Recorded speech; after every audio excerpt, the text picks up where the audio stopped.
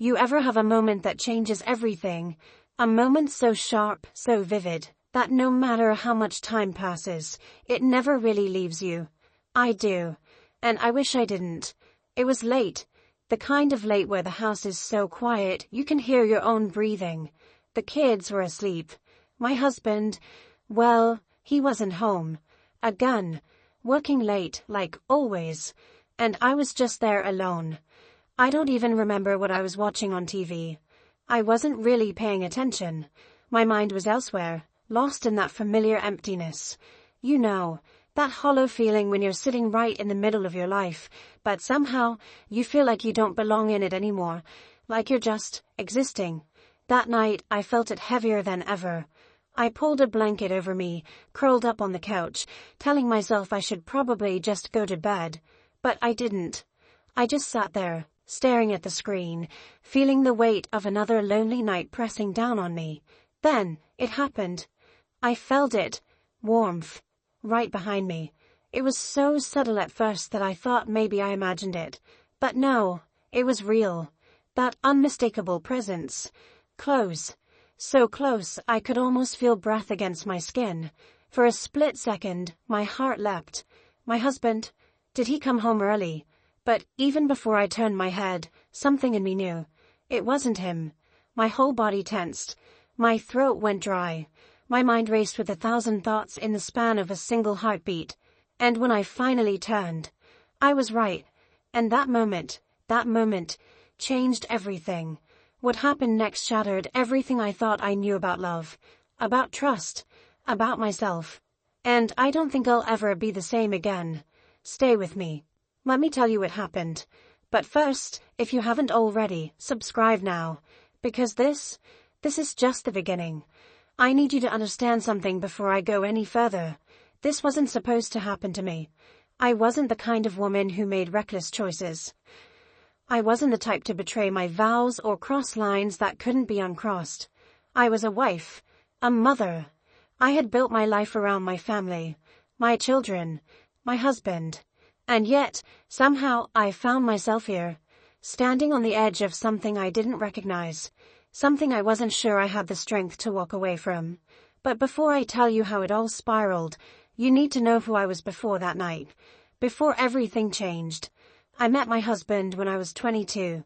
He was my first real love, the kind of love that makes you believe in forever. He made me laugh. He made me feel safe. And when he looked at me, really looked at me, I felt like the most beautiful woman in the world. For years, we were happy. At least, I think we were. We got married. We built a home. We had children. And somewhere in the middle of all that, I lost him. Or maybe he lost me. These days, our house felt more like a place we existed in rather than a place we shared. We spoke, but only about necessities, about bills, the kids, what needed to be fixed, what groceries we needed. The laughter, the late-night talks, the way he used to reach for me in the middle of the night just to pull me closer, gone. At first, I told myself it was normal, that this was just what happened after years of marriage. That life got in the way and love turned into routine. But deep down, I knew better. The truth. I felt invisible. I could walk into a room and he wouldn't even lift his head from his phone. I could get dressed up, put on my favorite perfume, the same one I wore when we first met, and he wouldn't notice. Some nights, I'd lay beside him in bed, listening to the sound of his breathing, and wonder if he even saw me anymore, if he even wanted to see me. And then there were the mornings. I'd wake up, look in the mirror, and barely recognize the woman staring back at me. Where had she gone? The woman who once felt wanted, desired, alive. I used to be her. But now I was just a mother, just a wife, just someone who made sure everyone else was okay while slowly disappearing in the process. And the lonelier I felt, the more I convinced myself that it didn't matter. That I should be grateful for the life I had, even if I felt hollow inside. That's what a good wife does, right? She sacrifices. She stays. Even when she's drowning. But that night, something changed. The warmth behind me wasn't my husband's. And yet, for the first time in so long, I felt something. something I hadn't felt in years. Not fear, not regret, not guilt, but awareness. Like my body had suddenly woken up from a deep sleep, and every inch of my skin was alert. Every sense was heightened. My breath caught in my throat, and my mind screamed at me to move, to pull away. But I didn't. I just sat there, frozen, because in that split second before I turned around, before I saw who it was, a thought crossed my mind. A dangerous thought. What if? I don't stop this? For a moment, I couldn't move. I just sat there, my body caught between reality and something I couldn't quite name. The warmth behind me was real. Too real. Close enough that I could feel the heat of it against my skin. Close enough that my mind wanted to believe it was familiar. That it was safe. That it was him. My husband. It had to be, didn't it? I turned my head slightly, the movement slow, cautious, almost as if my body already knew the truth before my eyes confirmed it. And then I saw him. And my breath caught in my throat. It wasn't my husband. Time stretched. My mind scrambled for answers, but nothing made sense. I felt my heart hammering inside my chest, the weight of realization sinking deep into my stomach. Because this wasn't a mistake. This wasn't an accident. This was intentional. He was looking at me, his eyes steady, watching, waiting. He wasn't supposed to be here. Not like this. Not this close. But he didn't move away. And neither did I. I should have spoken. I should have done something. But I didn't. Instead, I just sat there, frozen between the past and the present, between the life I had built and the one moment that could shatter it. My mind was screaming at me, telling me to get up, to step away, to put an end to whatever this was before it even started. But my body betrayed me. Because for the first time in what felt like forever, I felt seen. That was the worst part. Not the guilt that started creeping in, not the unspoken words hanging heavy in the air, not even the silent question between us, what happens now? No, the worst part was how much I liked it. How much I had missed this feeling. The feeling of being wanted. Maybe I should have noticed it sooner. The small shifts. The subtle glances. The way conversations started lasting a little longer than they should. It had all been so innocent at first. Or at least, that's what I told myself. I told myself that I was just imagining things. That the way he looked at me wasn't different. That the way my heart reacted when he spoke my name was just my loneliness playing tricks on me. I convinced myself that the way my pulse quickened when he walked into a room was nothing. That the way I caught myself waiting for him to say anything, even something as simple as, "How was your day?" was harmless. But was it? Because now, as I sat there, feeling the heat of his body just inches from mine, I realized something that sent a shiver down my spine. This moment? This had been building for a long time, and I had let it. A deep breath. His. I felt it against my neck, warm, slow. And I swear the air between us shifted, thick with something I didn't want to name. And then a touch. Not much. Just a single, barely there brush of his fingers against my arm. But it was enough. Enough to make my pulse stutter.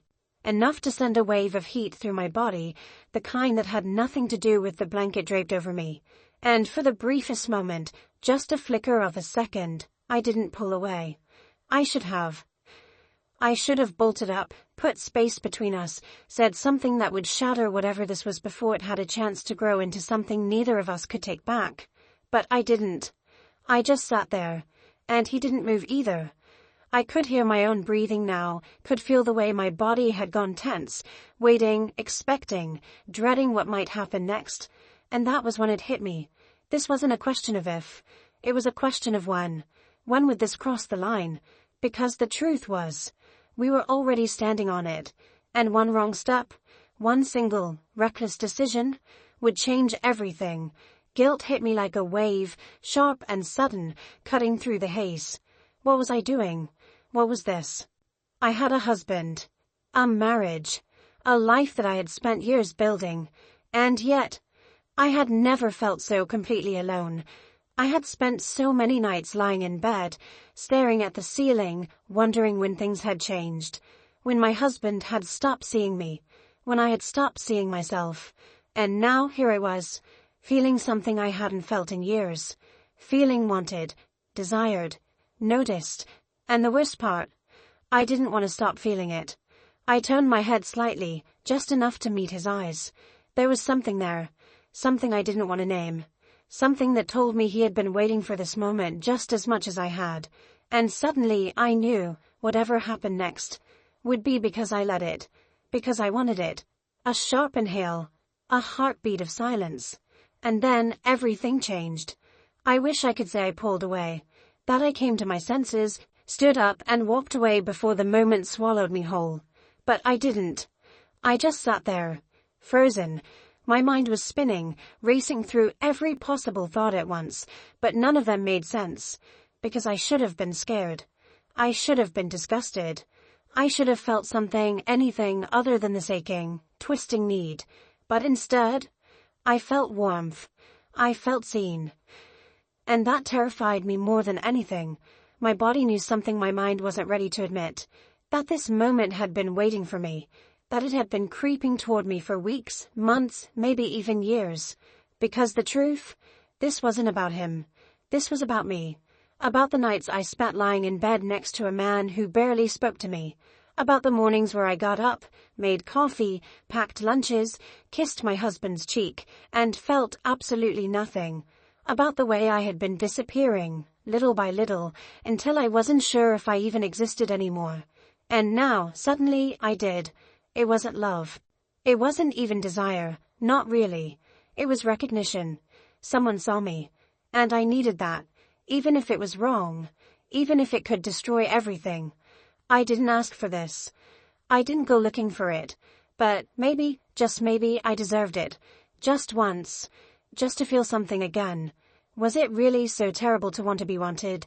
To want to feel that spark again? That rush of electricity that I thought had died in me years ago?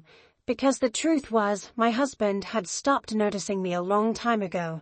Stopped touching me. Stopped asking about my day. Stopped looking at me like I was someone worth wanting. And yet, I had stayed. I had swallowed the loneliness, the resentment, the aching need for something more and told myself this was what marriage was. That love wasn't about passion. That marriage wasn't about feeling alive. It was about stability. About commitment. About choosing someone every single day, even when they didn't choose you back. I had done that. For years. So was it really so awful to crave this? To want just one moment where I felt alive again? But what if this wasn't just a moment? What if I let this happen? What if I crossed that line, stepped over that edge, and suddenly there was no going back? Because I knew, God, I knew, that once I took that step, it wouldn't stop. Not here. Not now. One taste of this feeling, and I would want more. And then what? How would I look my husband in the eye, knowing what I had done? How would I tuck my children into bed, knowing the kind of mother I had become? What if he found out? What if I lost everything? What if I didn't care? That was the scariest thought of all. Not the guilt. Not the fear. But the quiet, gnawing realization that maybe I was already gone. That maybe the version of me who would have never let this happen had disappeared a long time ago. That maybe this wasn't a mistake. Maybe this was inevitable. I swallowed hard, my throat dry, my pulse hammering against my skin. I knew I had to decide. Right here. Right now. Because if I didn't walk away, if I didn't pull back, if I let this moment keep unraveling the way I wanted it to, there would be no stopping it. No undoing it. I looked at him. His eyes were steady, waiting. He wasn't pressuring me. He wasn't pushing me. He was just there. And the worst part, he already knew. He already knew what I was going to choose. Even before I did. Even before I opened my mouth, took a shaky breath, and let the words slip from my lips, words I could never take back. Words that would change everything. I closed my eyes for half a second. And then, I made my choice. I wish I could say that was the end of it. That I made my choice, walked away, and pretended that night never happened. That I erased the feeling of his warmth, the weight of his gaze, the quiet way he waited for me to decide. But I didn't. Because the moment I let those words slip, the ones I can't take back, something shifted. Something I couldn't stop. It started small, subtle, almost innocent. A brush of hands when we passed each other in the hallway, a glance that lingered just a second too long, a conversation that stretched just a little past what it should have.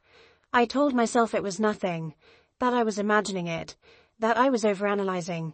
But deep down I knew, every time I was in the same room as him, the air felt heavier, charged, like we were standing on a bridge that was already crumbling beneath us, but neither of us wanted to move. And God help me, I liked it. Because he looked at me like I was alive, like I was something worth wanting, like he saw me in a way my husband hadn't in years. And that was intoxicating. I started looking for reasons to be around him.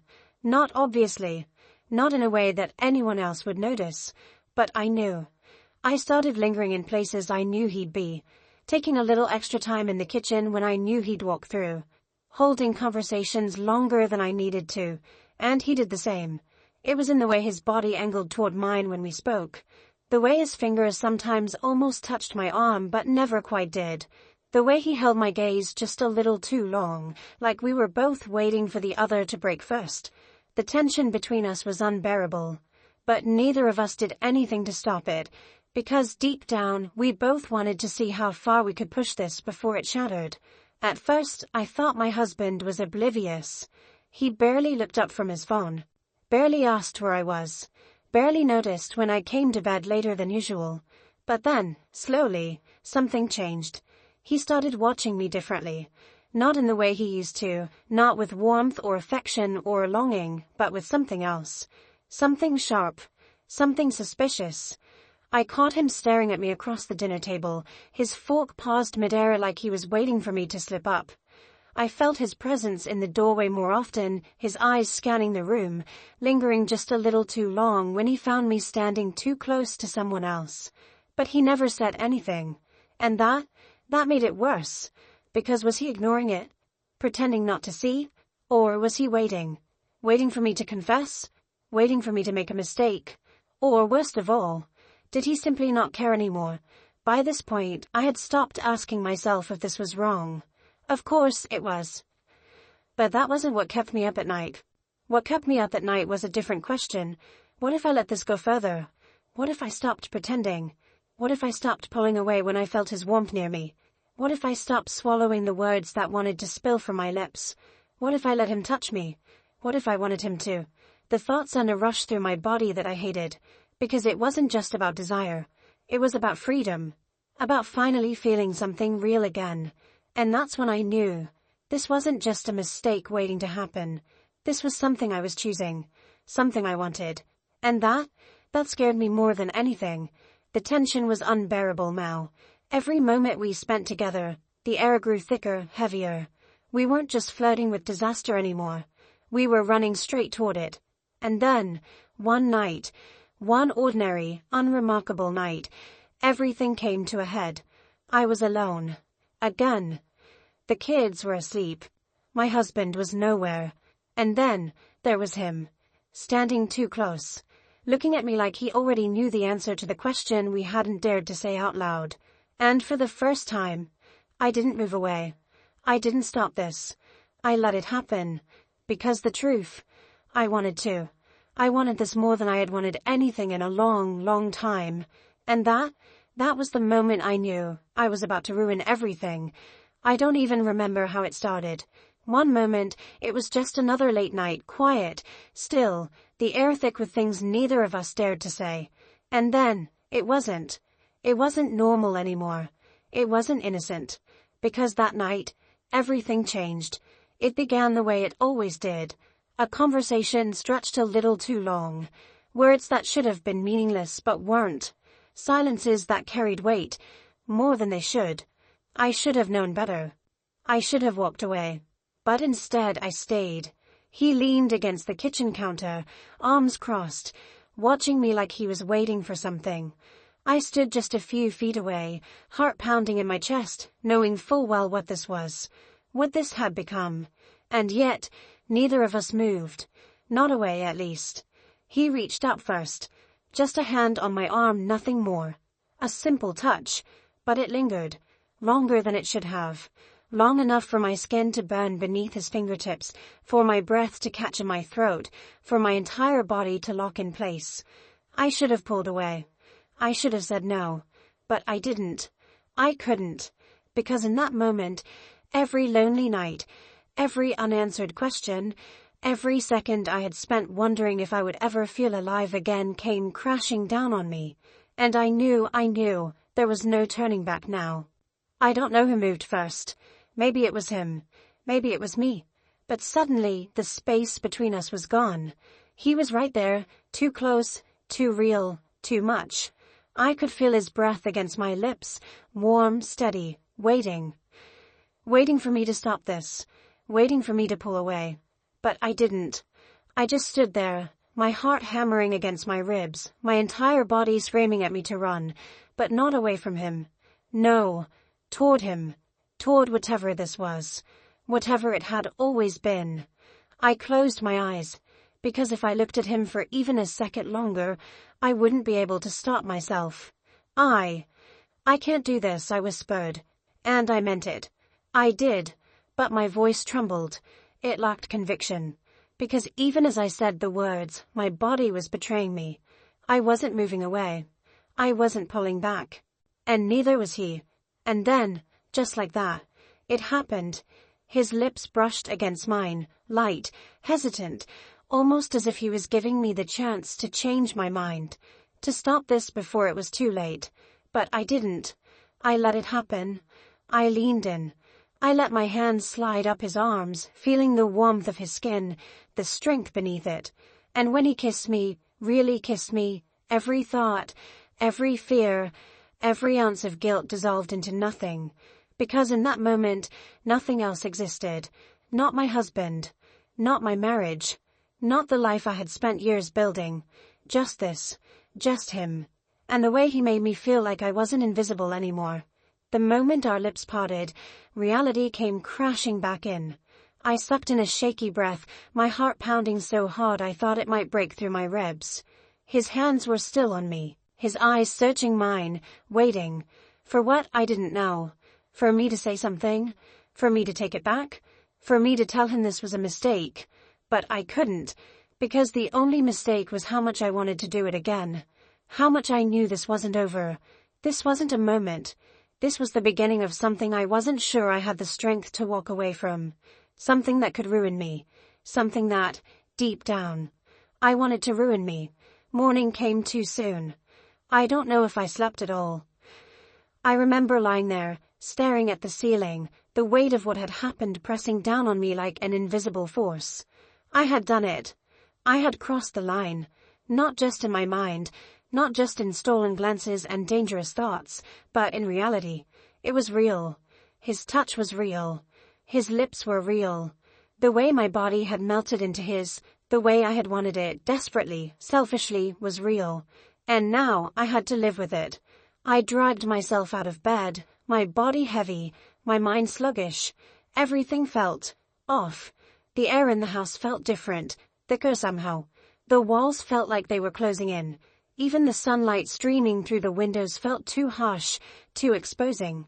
Like the world knew. Like the walls, the furniture, the very foundation of my home could feel what I had done.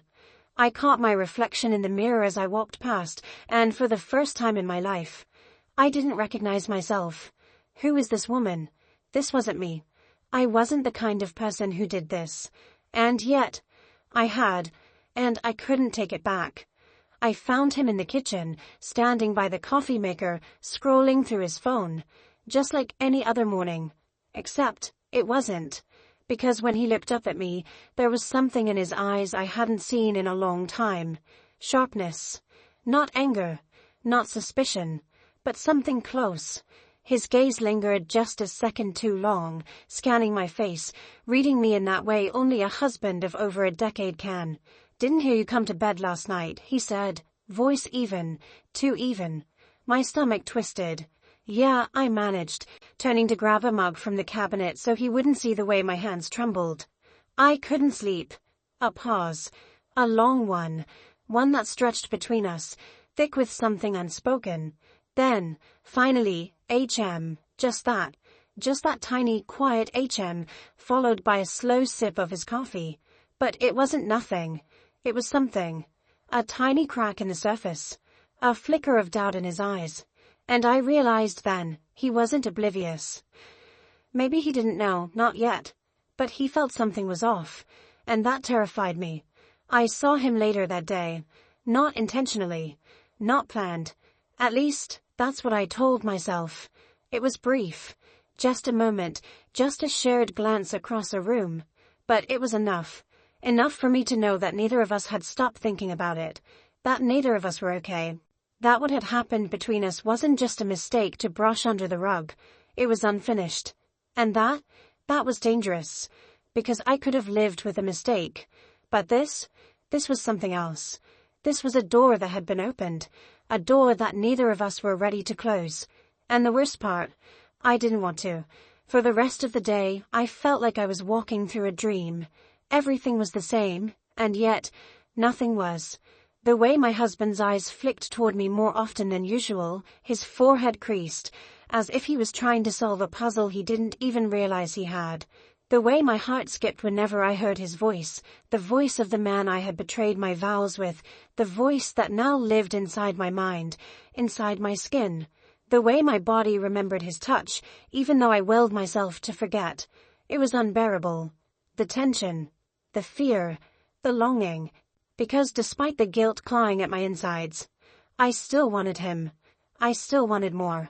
That night, as I climbed into bed beside my husband, I realized something chilling. This was only the beginning. Because the moment he rolled over, turned off the bedside lamp, and let the darkness swallow the room, I knew I had two choices.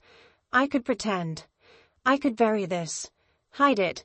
Carry it with me, tucked inside the deepest corners of my mind, and pray that it never resurfaced. Or, I could let it happen again. And the terrifying part, I wasn't sure which choice I was going to make. Because for the first time in years, I had felt something real. And now that I had tasted it, I didn't know if I could live without it. They say guilt eats at you, that it clings to your skin like a shadow, following you everywhere, no matter how much you try to shake it off. I never really understood that. Not until now. Because now I felt it. I felt it in the quiet moments. In the way my fingers trembled slightly when I poured my morning coffee. In the way my breath hitched when my husband leaned in to kiss my cheek, his lips warm, familiar, but foreign now. In the way I flinched when he touched my waist absent-mindedly as he walked past me in the kitchen, like my body no longer recognized his touch, because my body only remembered him now. The other man, the man I should have never let near me, the man I wanted near me again. And that was the part that terrified me the most. I asked myself the same question over and over. Was it worth it? Had that moment, those stolen seconds of passion, of feeling alive, of remembering what it was like to be wanted, been worth the price I was paying now? Because the moment had passed. And now all that was left was the wreckage. Even if no one else could see it, I could. I carried it in my chest, heavy and suffocating. I saw it in my reflection, in the way my own eyes looked unfamiliar, like they belonged to someone else. Someone reckless. Someone selfish. Someone I never thought I'd become. I tried to imagine it, sitting my husband down, looking him in the eye, telling him what I'd done. I could almost hear my own voice, breaking as the words fell from my lips. I made a mistake. No, that wasn't right. Because it hadn't felt like a mistake in the moment. It had felt inevitable, like something I had been tumbling toward for months, years, maybe even longer, like it was always meant to happen. And that was even worse. Because if it was meant to happen, if this was the path I had been walking toward all along, then maybe I had never really been happy to begin with. And if that was true, then my marriage, my family, my entire life. It was all built on a lie. So no, I couldn't tell him. Because telling him wouldn't just break us. It would break me. But then, there was the other question. Will he find out anyway? Because something had shifted between us. It was in the way he looked at me, like he was searching for something he couldn't quite put his finger on. In the way his touch hesitated now, like he was afraid he might feel the ghost of someone else's hands on my skin. In the way his voice sounded different when he said my name, like he was testing the weight of it, wondering if it still belonged to him. Did he know? Had he already pieced it together? Was he just waiting for me to admit it? Or worse, had he felt this distance between us for so long that he didn't even question it anymore?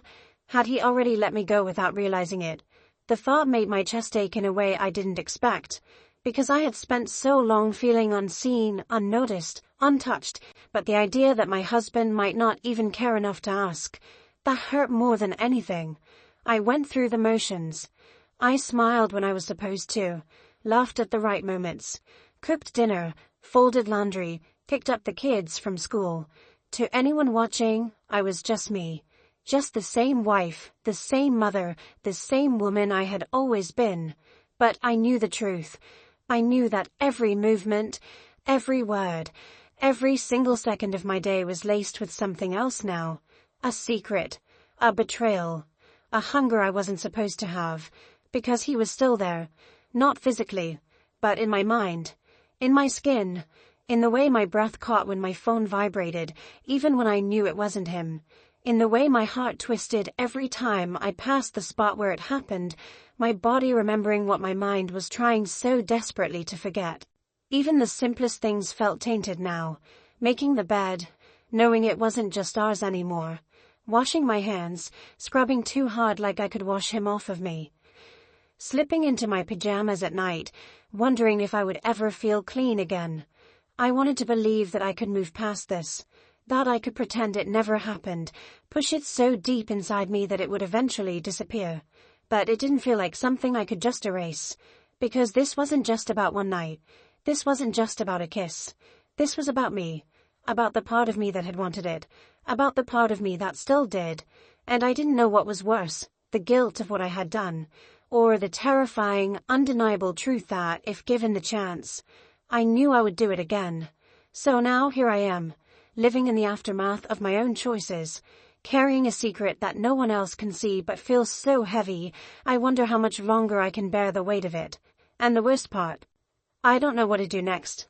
I don't know if I should keep pretending, keep smiling through the guilt, keep waking up every morning beside a man who doesn't know the truth, or if I should come clean, let it all unravel, risk everything, and finally be honest about what I did and why I did it.